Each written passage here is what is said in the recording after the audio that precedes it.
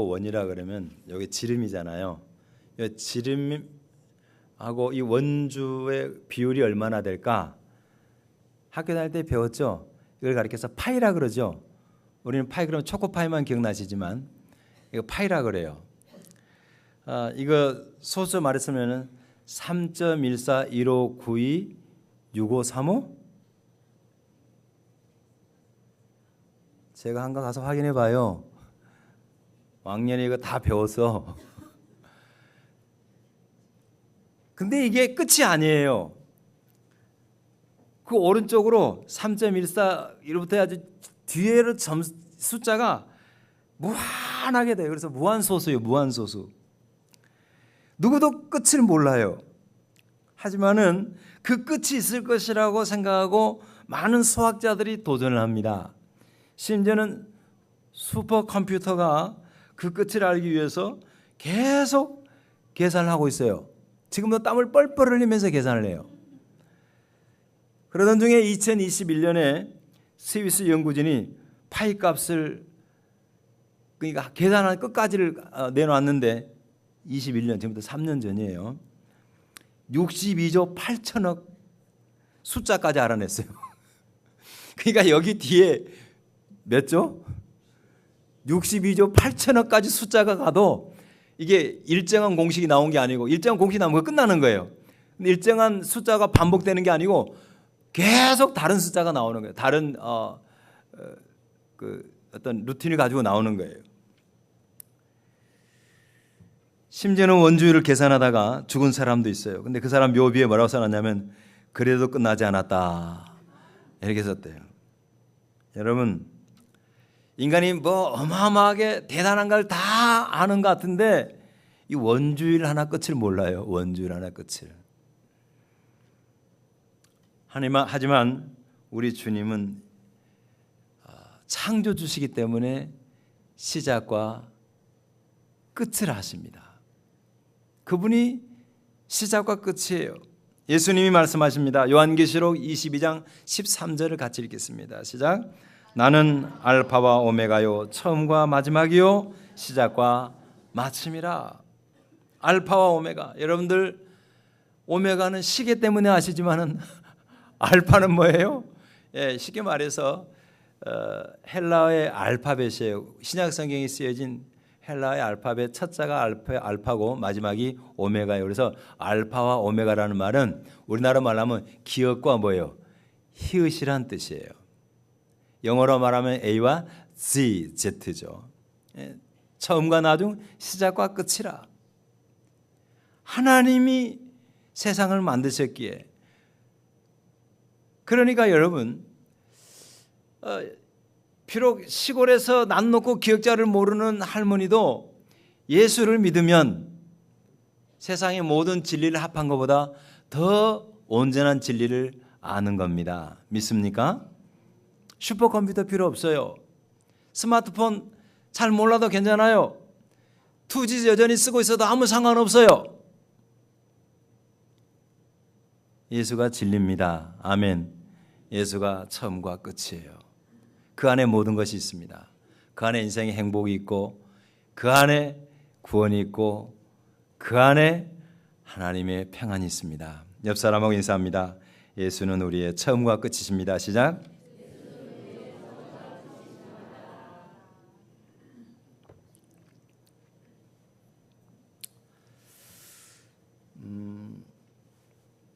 어떤 사람이 믿음 좋은 아내의 손에 끌려서 가끔씩 교회 가는 그런 남자가 있었어요. 마음은 착한데 신앙에 별로 관심이 없어. 그냥 아내가 가자 그러니까 가는 거예요. 아내를 무척 사랑했던 터라 아내가 가면 계속 실과 바늘처럼 같이 갔어요. 가다 보니까 교회에서 생각할 때 이 사람 믿음이 좋네? 그러면서 서리 집사를 맡겼어요. 얼떨결에 집사가 됐습니다. 근데 그 사람이 갑자기 죽었어요. 천국문에 서게 됐는데 천국문이 굳게 닫혀 있는 겁니다. 그래서 어떻게 하면 이 문을 열 수 있을지 고민하다가 교회 다닐 때 그래도 졸다가 어쩌다가 들었던 목사님 설교가 기억이 났어요. 그게 뭐냐면 오직 믿음으로 천국에 갑니다. 그 말이 생각이 나서 어린 시절 읽었던 동화 알라딘의 몸에 보면은 도둑이 동굴 앞에서 뭐라 그래요? 열려라 참게 하잖아요. 앞에서 했습니다. 두 손을 번쩍 치켜들고 열려라 믿음, 안 열리는 거예요. 열려라 예수, 안 열리는 거예요. 열려라 목사님, 안 열리는 거예요. 열려라 장로님, 안 열리는 거예요. 온갖 종교적인 단어 다 썼는데 꿈쩍도 안 하더라는 거예요. 물론 이 이야기는 누군가가 꾸며낸 이야기입니다. 하지만 여기에 중요한 교훈이 하나 숨어 있어요. 그것은 뭐냐면 구원의 본질은 이 땅에 사는 동안에 하나님과의 사랑의 관계로 증명이 돼야 된다는 거예요. 이걸 잘 모르면은 자꾸 사람들이 복음을 이용을 하려고 그래요. 마지막 결정적인 때 뭐냐면 그 트럼프 치는 사람들 뭔 카드? 뭐라고 그러나 그거 잘 안 해봐서 모르겠네. 마지막 그 결정적 뭐 카드 있잖아. 뭐 그런 거로다가 그걸 믿음을 생각하는 거예요. 잘못된 겁니다. 자, 오늘은 이제 어느 강의 설교를 들어가기 전에 지금 제가 그 동안에 성도들과 나누고 싶었던 주제들이 있어요. 그 내용을 오늘 나눈 거예요. 또 자, 은혜로 말미암는 믿음과 구원에 관한 이야기입니다. 사도 바울이 에베소 교회에게 이런 말을 합니다. 우리 2장 8절을 보겠습니다. 시작. 너희는 그 은혜에 의하여 믿음으로 말미암아 구원을 받았으니 이것은 너희에게서 난 것이 아니요 하나님의 선물이라. 구원은 하나님의 은혜로 주어지는 선물이라는 거죠. 맞습니다. 구원은 하나님 선물이에요. 은혜예요. 그런데 우리가 은혜라고 생각하면 거기에 사실 약점이 하나 있어요. 그것이 뭐냐면 이용당하기가 쉬운 거예요. 인간관계에 있어서 상대방을 가장 쉽게 속일 때가 언제냐면은 상대방이 나에게 은혜를 베풀려고 할 때예요. 그러니까 어떤 사람을 봐서 바늘로 찔려도 이 피 한 방울 안 날 사람은 이게 잘 속일 수가 없어요. 그런데 늘 좀 허스룩하고 남의 말 잘 듣고 뭐 이런 사람들을 잘 이렇게 사기치기 쉽죠. 속이 쉬워요. 제가 그래서 잘 넘어갑니다.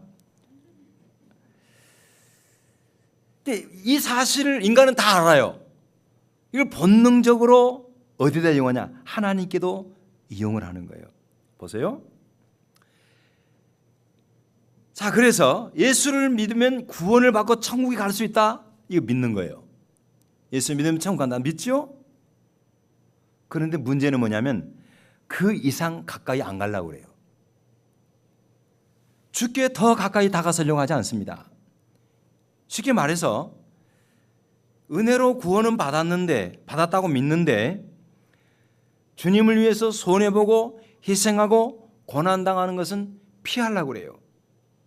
왜냐하면 일단 구원은 보장받았기 때문이라고 생각하는 거죠. 어떤 의미에서 구원이라고 하는 보험에 든 거예요. 보험. 아까 박상무 집사님이 1층에서 저를 만나서 이런저런 이야기 하시다가 목사님 보험은 진짜 좋은 거예요. 아파 본 사람은 안 돼요. 그래서 제가 그랬어요. 저는 평생 안 타먹을래요. 근데 아프면 좋은 거예요.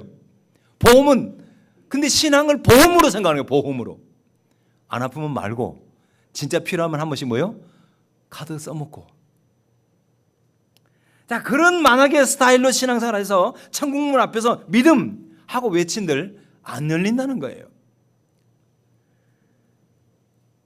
템플턴 상을 수상한 템플턴 상이 무슨 상이냐면요, 종교계의 노벨상이에요. 우리나라의 한경직 목사님이 유일하게 받으셨어요. 그분이 쓴 그 상을 수상한 찰스 콜슨이라는 사람이 Loving God, 하나님을 사랑하는 것에 관하여라는 책을 썼어요. 거기에 미키 코헨이라고 하는 실제 인물의 이야기가 소개되는데요. 이 미키라고 할게요. 미키는 키가 작았어요. 머리가 벗겨졌고 감옥에서 하루에 휴지를, 감옥을 들락날락 하는데 감옥에 들어가면 하루에 휴지를 8통씩 쓰는 결백증 환자였어요. 그는 1949년에 에릭 제1의 깽단의 두목이었습니다. 그러던 어느 날 부하 중에 짐 바우스라는 사람이 있는데 이가 갑자기 빌리 그레이엄 목사님의 전도를 받고 그리스도인이 됐어요. 하나님을 제대로 만난 바우스가 미키에게 찾아와서 이야기합니다. 이제 깽단을 떠나겠습니다. 깽단을 떠나면 그냥 가라고 파티해 주는 게 아니고 뭐예요? 잘못하면 죽이거든요. 목숨을 걸었어요. 그런데 이상하게 미키가 이 바우스를 죽이지 않고 자기도 그레이엄 목사님을 좀 만나게 해달라는 거예요. 그래서 소개로 미키가 그레이엄 목사님을 여러 차례 만납니다. 그리고 빌리 존슨이라는 평신도 전도자의 인도를 받아서 사형리 있잖아요. 그걸 가지고 영접 기도를 따라해요. 그런데 문제는 그 뒤에도 이 미키가 깽단 생활을 포기하지 않는 겁니다. 존스가 참고 참다가 미키에게 이제 제발 범죄 집단을 생활을 포기하라고 요구합니다. 여러분, 깽단이 어떤 거예요? 연양갱이 아니에요. 이 깽단은 마약, 성폭행, 그다음에 인신매매 뭐 이런 쪽이에요. 그 어떻게 크리스찬이 믿는 사람이 가능한가?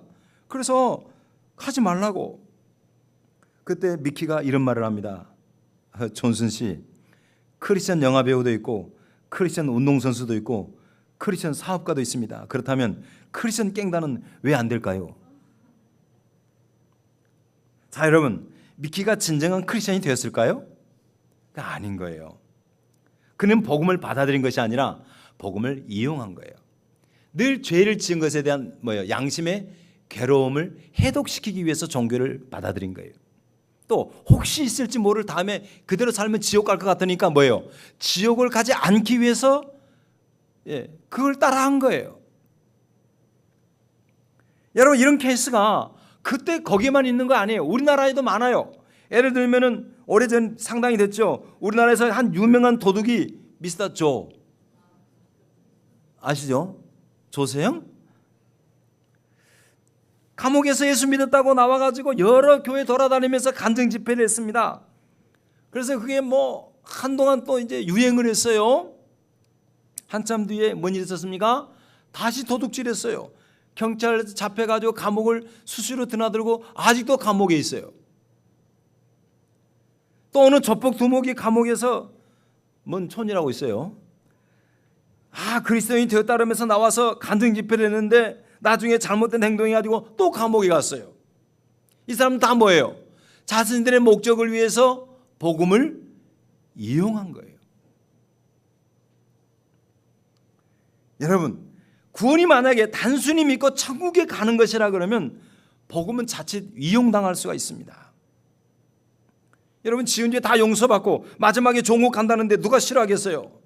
하지만 엄밀하게 말하면 은혜의 구원, 거기에 이르게 하는 믿음은 그런 것이 아니에요. 만약에 그렇다 그러면 죄 사함과 구원의 은혜를 오용하는 것입니다. 참된 믿음, 구원에 이르는 믿음은 천당 가는 것으로 끝난 것이 아니라 이 땅에서 하나님과 자녀로서의 사랑의 관계를 맺는 거예요. 여러분, 진정한 사랑의 관계는 상대방을 이용하지 않습니다. 그렇죠? 정말 사랑하면 상대방을 이용하는 것이 아니라 뭐예요? 그를 위해서 헌신하고 그를 위해서 내가 뭐예요? 낮아지고 종이 되는 거예요. 여러분, 은혜를 오용하지 마시기를 바랍니다. 자, 그러면 우리 가운데는 과연 아까 이제 거기는 너무 큰 미키나 미스터 조나 미스터 김 같은 경우는 이제 어마어마한 사람들이니까 그러다 치고 그럼 나는 멀쩡한가? 나는? 그렇지 않을 수도 있어요. 오늘날 교회 안에서 복음을 이용하는 가장 전형적인 모습이 뭐냐면 형식주의입니다. 우리는 형식주의 신앙 그러면 2000년 전에 바리새인들을 떠올리겠지만은, 그래서 나와는 오늘날과는 상관이 없는 것 같이 보이지만은 그렇지 않아요. 내가 형식주의인지 아닌지 한번 여러분 보세요. 예수님은 당시에 바리새인들을 민방할 정도로 책망하셨어요. 심지어는 예수님이 독사의 자식이라고 했잖아요. 그 바리새인들을 가리켜서. 왜 예수님이 사랑이 많으신 그분이 그런 말씀을 하셨을까? 그 이유는 뭐냐면 그들이 수많은 종교적인 형식을 가지고 하나님과의 사람의 사랑의 관계를 방해를 했어요. 예를 들면 보세요. 예를 들면 흠없는 양을 하나님 앞에 바친다 그럴 때에 하나님은 어디에 관심이 있으실까요? 양에 관심이 있으실까요? 양을 바치는 사람에 관심이 있을까요? 양을 바친 사람의 사람. 그것이 더 중요해요.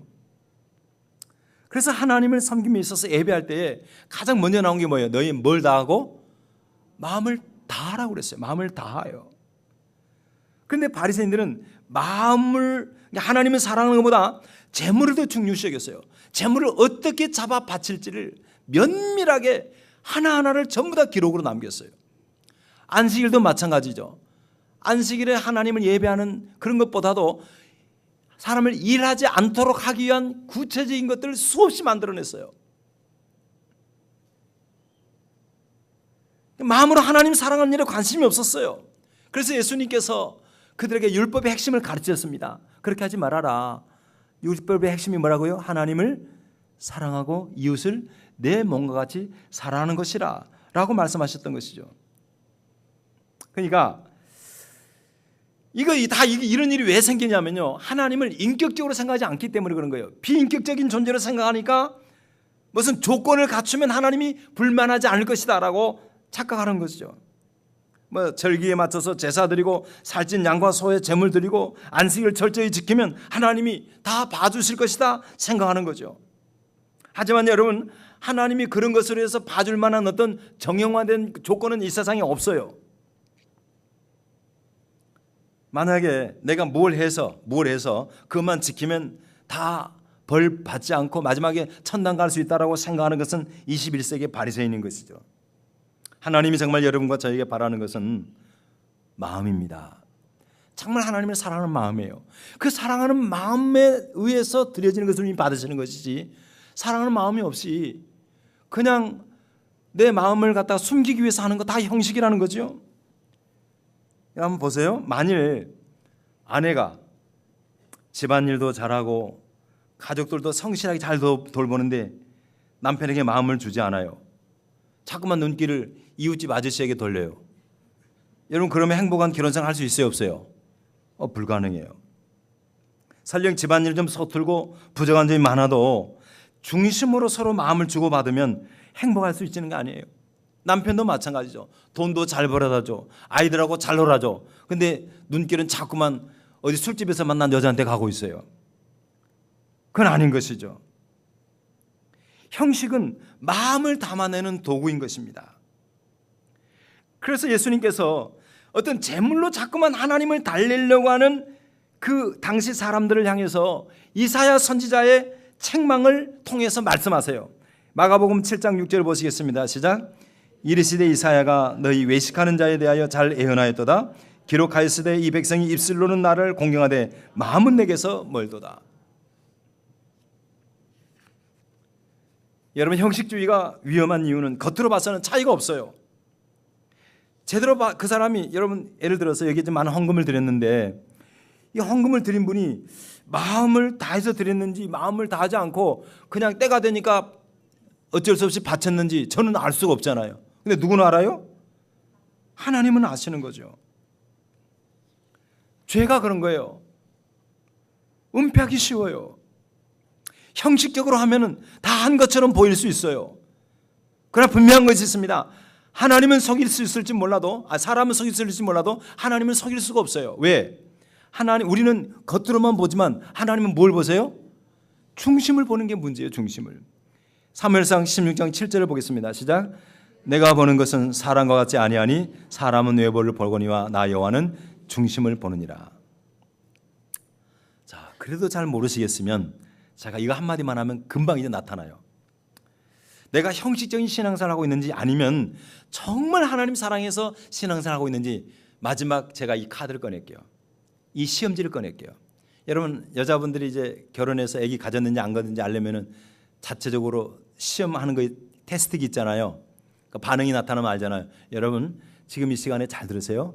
하나님을 정말 내가 사랑해서 구원받은 사람인지 아니면 그냥 형식적으로 왔다, 아직도 형식주의로 나를 커버하고 있는지 이걸로 알 수 있어요. 그것이 뭐냐면 간단해요. 오늘도 내가 죄와 싸우고 있는가 하는 것입니다. 하나님에 대한 진정한 사랑, 그리고 형식주의를 가르는 극명한 시금석이 죄에 대한 태도예요. 다윗이 이런 고백을 합니다. 시편 51편 17절 시작. 하나님께서 구하시는 제사는 상한 심령이라 하나님이여 상하고 통회하는 마음을 주께서 멸시하지 아니하시리다. 진정한 회개는 단순히 죄를 슬퍼하는 것이 아니라 죄와 싸우는 것입니다. 하나님이 요구하시는 은혜로운 믿음, 구원에 이르는 믿음을 가진 사람은 죄와 싸우는 사람이에요. 그래서 히브리서 12장 4절 오늘 우리가 읽었던 말씀에 너희가 죄와 싸우되 아직 뭐요? 피 흘리기까지는 당하지 아니했다. 내 안에 다른 사람들이 모르는 그 죄를 그대로 두고서는 절대 하나님과 사랑, 하나님의 생명의 관계를 유지할 수 없어요.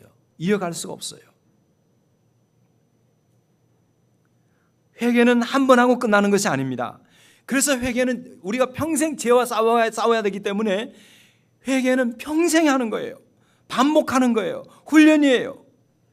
여러분, 종교개혁가 마르틴 루터가 의인 오직 믿음으로 산다는 성경을 통해서 깨달은 마르틴 루터가 비텐베르그 예배당 정문에다가 95개 조항을 내걸었잖아요. 그거는 누구든지 이 말을 가지고 아니라고 반박할 사람은 나오고 논쟁하자는 거예요. 그 첫 번째가 뭔지 아세요? 그 비텐베르그 예배당 안 가보셨구나. 조용한 게. 가면 써졌어요. 첫 번째가 이거예요. 같이 읽겠습니다. 시작. 우리 주 예수 그리스도께서 회개하라고 하셨을 때 이는 신자의 삶 전체가 회개하는 삶이함을 말씀하신 것이다. 주님이 회개하라, 천당에 가느니라 한 번 회개하는 것이 아니라 뭐요? 그것은 일평생 회개해야 된다라는 말합니다. 주장합니다. 이것에 대해서 반박할 사람 나오세요? 아무도 반박을 못했어요. 다시 말해서 성도는 일평생 참여하는 자세로 살아야 하는 거예요. 우리가 처음 예수를 믿을 때 물론 삶의 태도를 바꿨죠. 회개해야 되죠. 그렇다고 해서 그 위에 더 이상 회개할 필요가 없는가요? 절대 그렇지 않습니다. 우리는 매일 자신의 삶을 돌아보고 잘못한 일을 하나님 앞에 자백하고 계속해서 죄와 싸워야 합니다. 이것이 바로 하나님과 올바른 사랑의 관계에 놓인 사람, 구원받은 사람의 특징인 거예요. 이런 믿음이 여러분과 저에게 가득하기를 주 이름으로 축복합니다. 자, 그러면 또 여기서 질문하는 거예요. 내가 예수를 믿고 죄사함을 받았다 그러는데 도대체 그건 무슨 말일까요? 죄에서 자유를 얻게 하면, 그럼 죄에서 자유를 얻어야 되는데 한번 생각해 보세요. 만약에 여러분과 제가 죄로부터 완전히 자유를 얻게 됐으면 죄의 욕구가 있어야 돼요, 말아야 돼요? 없어야죠. 그런데 여러분, 죄의 욕구가 있어요, 없어요? 문제는 있어요. 아직도 물질의 욕구가 있어요. 우리 안에 밝힐 수 없는 수많은 죄의 욕구들이 우리 안에 남아있잖아요. 도대체 왜 그럴까요? 로버트처럼 살았으면 좋겠죠. 죄에 대해서. 그죠? 그냥 입력한 대로 갔으면 좋겠죠. 하지만 하나님은 인간을 창조하실 때에 진정한 자유의지를 주셨어요. 심지어는 어떤 자유의지가 주셨냐면 죄를 뭐요? 선택할 수 있는 자유도 주셨어요.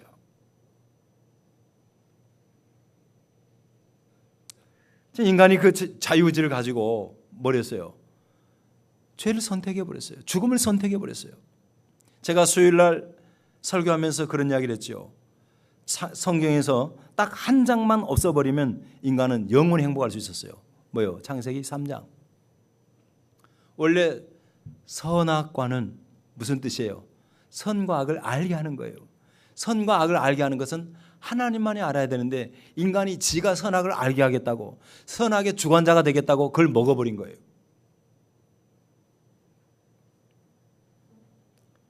자, 그러면 이런 자유의지, 이 속에서 그 자유를 얻게 하는, 진정한 죄에서 자유를 얻게 하는 복음은 뭐냐? 여러분, 엄밀하게 말하면 예수를 믿음으로 얻는 자유는요, 그 죄 자체가 아닙니다. 이거 알으셔야 돼요. 죄의 결과로부터 자유예요. 죄의 결과로부터. 예수께서 십자가 위에서 우리의 뭐요? 죄의 값을 담당해 주셨어요. 그리고 그 죄값을 지불하셨어요. 그래서 예수님이 십자가 위에서 마지막 하신 말씀이 뭐였어요? 다 이루었다.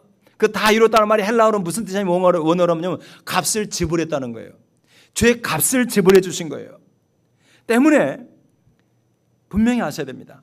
우리가 예수를 믿고 죄 값은 다 지불받았지만 여전히 내 안에는 죄의 욕구가 남아 있어요.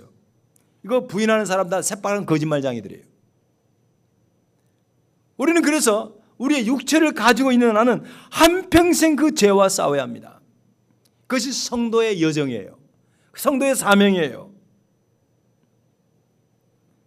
근데 많은 성도가 죄의 유혹 앞에서 당혹해요.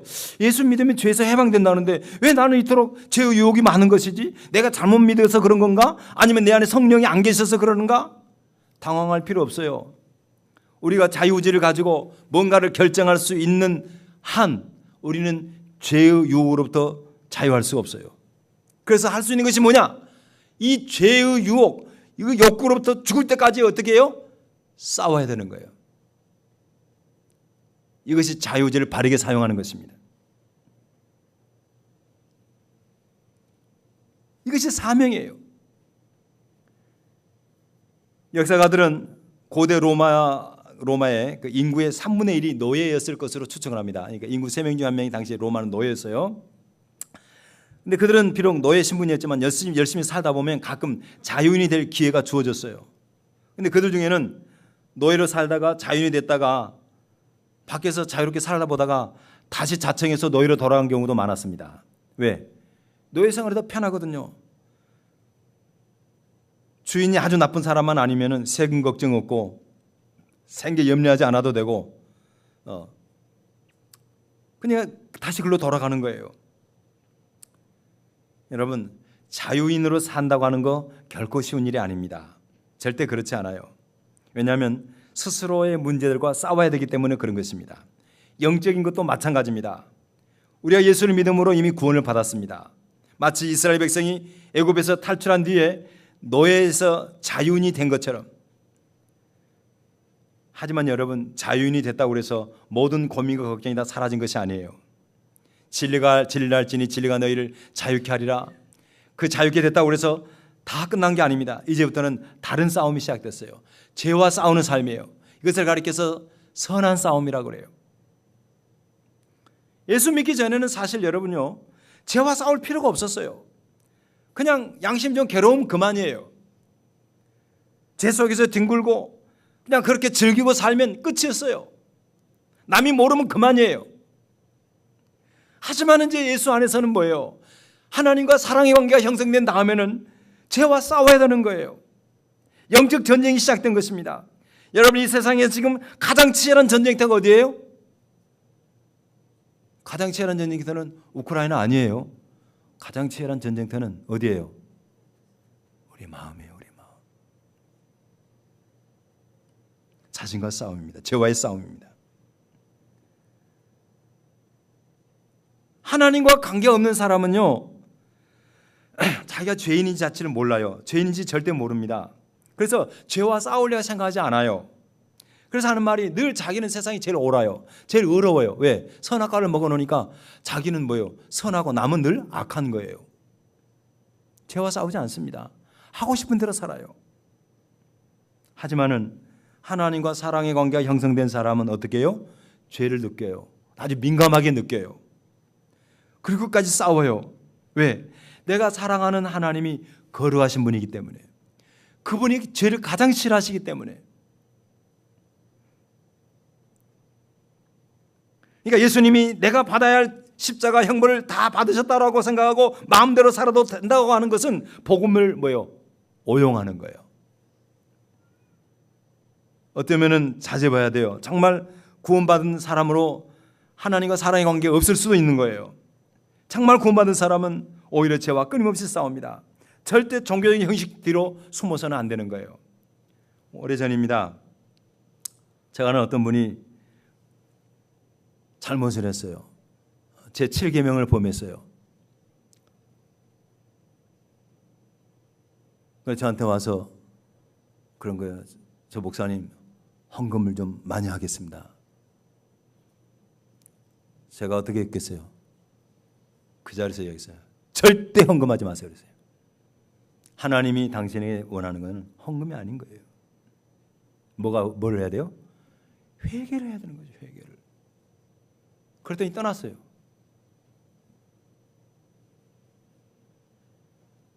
수천만의 돈이 눈이 어두워서 제가 만약에 그 자리에서 그거 받고 또 저한테 몰래 줬기 때문에 내가 숨길 수도 있지? 하나님이 뭐라고 그래서 하나님이 나와 사랑의 관계에 있는 하나님이 어떻게 보느냐. 저는 절대 죄는 그런 것으로 숨겨서 될 문제가 아닌 거예요. 말씀을 정리합니다. 예수 믿고 구원받으세요. 예수 믿으면 천국합니다. 이 진리 맞아요. 하지만 이것이 오용될 수 있어요. 정말 예수님을 믿는 게 그런 걸까요? 이제 예수 한번 믿었으니까 마음에 믿고 입으로 신나고 내가 했으니까 이제 천국은 따는 당송일까요? 그러지 않아요. 예수님은 이렇게 말씀하십니다. 마태복음 4장 17절 시작. 이때부터 예수께서 비로소 전파 이르시되 회개하라 천국이 가까웠느니라 하시니라. 회개하라 천국이 가까웠다는 거예요. 한마디로 말해서 사람들을 죄와 싸우는 삶으로 초청한 것입니다. 예수님 당시에 유대인들은 대부분 자신들이 죽으면 자동으로 아브라함의 품에 간다고 생각했어요. 왜? 아브라함이 조상이니까. 그런데 갑자기 세례 요한이 나타나서 하는 말이 정반대 말했어요. 착각하지 말라는 거예요.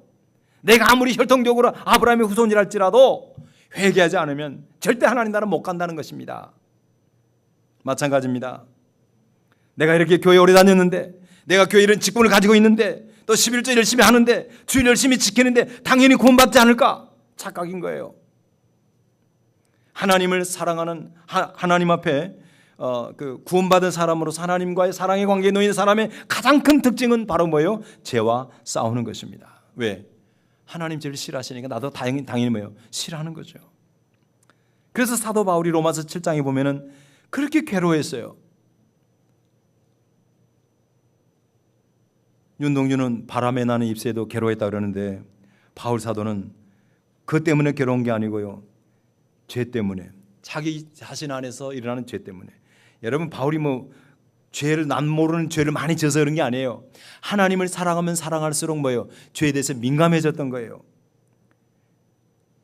그래서 하나님이 싫어하는 그 죄가 싸우기 위해서 엄청난 게 그 안에서 내전이 벌어진 거예요. 그래서 바울이 로마서 7장 24절 이런 말합니다. 다 같이 시작. 오라 나는 곤고한 사람이다. 이 사망의 몸에서 누가 나를 건져내라. 정말 나는 복음을 이제 이용하는 사람인가? 아니면 혹은 형식주의인가? 아니면 나는 정말 주님을 사랑하는 사람으로서 구원받은 주의 백성인가? 이 질문은 이거 하나로 판가름 납니다. 나는 지금도 죄와 싸우고 있는가? 세상 사람과 성도의 다른 점은 세상은 죄에 대해서 싸우려 생각하지도 않지만 성도는 죄와 싸우려고 그러고요. 또 때로는 죄와 싸우려 할 때 우리가 넘어질 때 다시 이렇게 세워주십니다. 포기하지 않는 사람을 주님은 결국은 이기게 하십니다. 끝까지 하나님 의지하고 죄와 싸우는 삶, 이것이 바로 구원받은 성도의 참 모습인 것이죠. 이 사실을 믿음으로 우리가 구원받은 성도로서 바울이 다른 말로 표현했죠. 이것을 가리켜서 선한 싸움이다. 이 선한 싸움 끝까지 싸워 나서 승리하는 여러분과 제가 되기를 주 이름으로 축원합니다. 기도하겠습니다. 하나님 앞에 우리 기도할 때 이 시간 통성으로 한번 기도해요. 하나님, 혹시 내가 그 LA 깽단 두목 미키처럼 예수를 믿는다고 하면서도 떳떳하게 그렇게 살아도 되는 것이 아닌가? 구원은 내게 따놓은 당상이 아닌가? 이렇게 은혜를 오용하고 있지는 않는지 살피게 하소서. 정말 중요한 것은 우리 안에 죄와 싸우고자 하는 의식이 있느냐 하는 것입니다. 정말 구원 얻은 사람, 하나님과 사랑이 놓인 사람은 하나님 신앙과 하지 않습니다. 내 안에서 자유의지가 있는 한 이 싸움은 계속될 것입니다. 아버지여, 나를 불쌍히 여겨주시고 우리 모두가 죄와 싸우게 하소서. 참여하는 삶을 살게 하소서. 통성으로 기도하겠습니다. 할렐루야. 거룩하신 아버지 하나님, 이 시간 아버지여 주님께서 주시는 찔림의 교훈을 받습니다. 예수를 믿음으로 천국은 당연히 따는 당상처럼 하나님이 그렇게 생각하고 살아가지 않는지 주여 우리 모두가 주님 앞에 겸허하게 하나님 깨닫기를 원합니다. 아버지여 종교적인 그런 아버지여 면피를 가지고 적당히 하나님을 속이지 않게 도와주시고 하나님의 구원 얻은 주의 백성으로서 진실되게 하나님을 사랑하는 사람으로서 하나님이 가장 싫어하는 이 죄에 대해서 민감하게 도와주시고 자유죄를 가지고 살아가는 동안 아버지여 죽을 때까지 내 안에서 역사하는 죄의 세력과 싸우는 성도가 되게 하옵소서. 하나님이여 싸울 때에 주님께서 피 흘리기까지 싸우라 하셨고 하나님이 그런 자를 주님께서 반드시 건지리시라 약속하셨습니다. 아버지여 이런 능력 있는 신앙이었기에 한국교회가 오늘날 아버지여 무능하게 됐고 시대를 변화시키지 못하고 있습니다.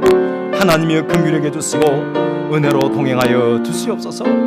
주를 사랑합니다. 주님 의지합니다. 예수님 이름으로 기도합니다. 아멘. 하나님 아버지,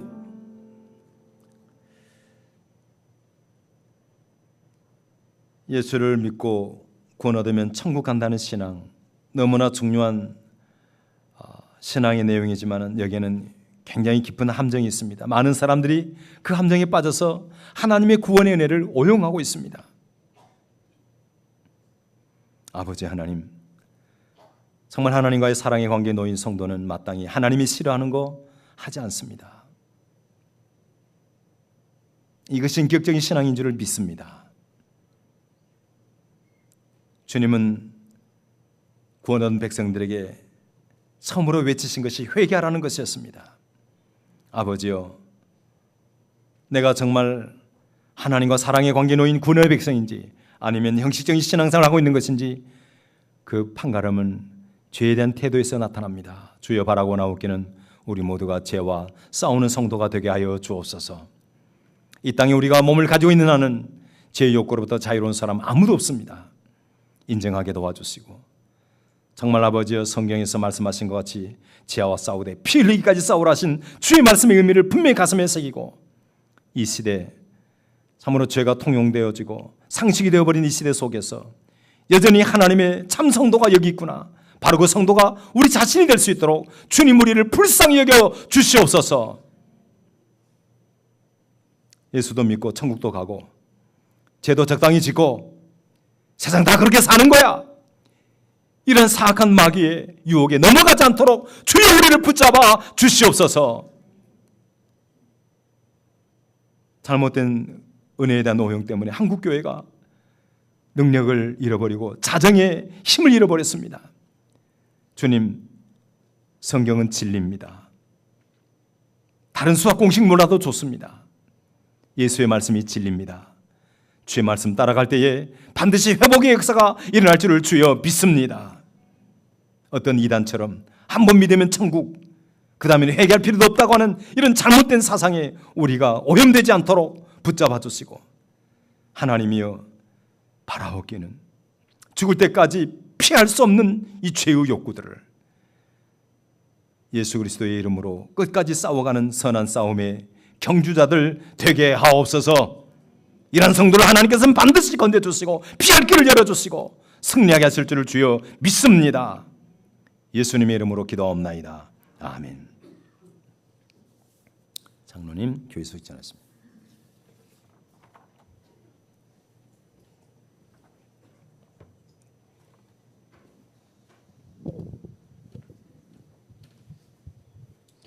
함께 예배드리신 분들 감사드리고